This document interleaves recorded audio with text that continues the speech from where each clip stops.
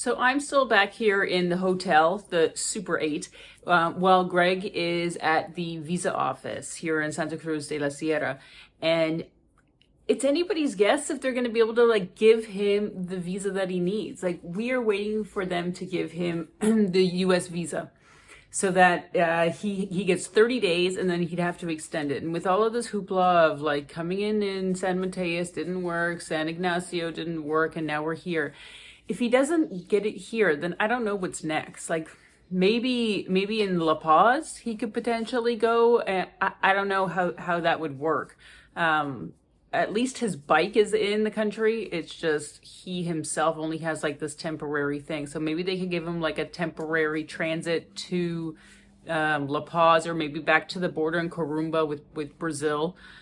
I don't know. It's getting really complicated, and I just hope that they can give him his visa and we can be on our way. So now it's about 7:30. I'm at the immigration office in Santa Cruz, which is the second largest city in the country and kind of the economic center.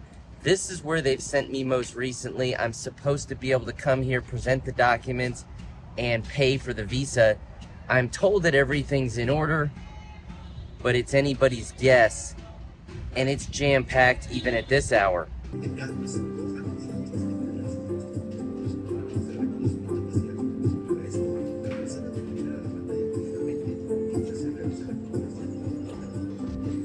3 hours later, and success. Now I only have a 30-day stay in Bolivia, which can be extended 2 times for up to 90 days a year. And so I'm here legally. I have the visa stamp. Success. We move on. And Greg just called and said that he got his visa. Oh, it is a load off to know that he is legal here and that we can continue on. I feel like this is an ongoing saga. It's been days and days of this. So I'm going to pack up my stuff here, let Whimsy go out for one more time, and then by the time Greg comes back, we can hit the road and go towards Sucre. Next and hopefully final order of business for us here in Santa Cruz before we get to go off not only to our next destination, but into the cooler climate of the Altiplano, the Andes. And that's where we're gonna end over the Andes, is back in the Andes after going over the Andes and through the Amazon. So, need money. So, going to the Western Union, getting money, and then we're out of here. Western Union success. I have a brick of money here, basically the equivalent of $2,000, although between the time I took it out about 20 minutes ago and got back here to organize it, it's actually worth less because it seems that the Bolivano is tanking right now. So we got to spend it like it's going out of style because it's at least losing value.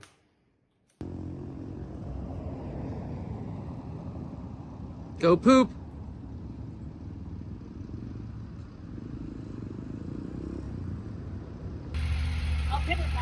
Yeah.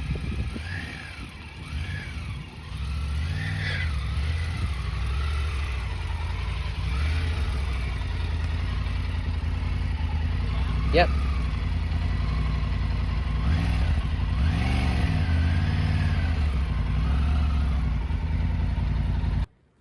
Parking in these places is always difficult because it's not like we have a reverse on our bike. So you come down this and it comes down, down, down, and then it goes to the end. But it's not like there's a nice place to turn around. So what you have to do so you can get your bikes out is you have to back them in. And backing them in on uneven ground on a slant is never easy. But we did it.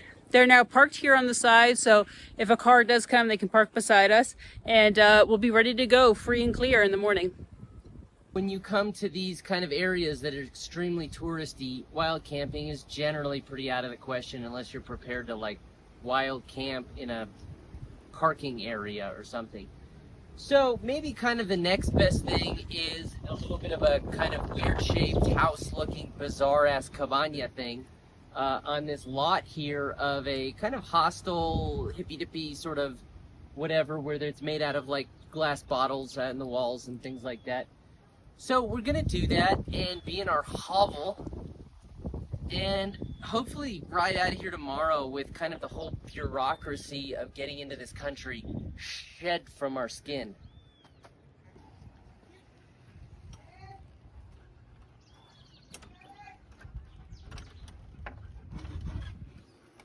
Oh.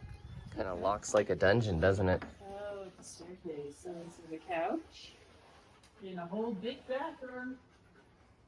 And Not really anything else. nothing else.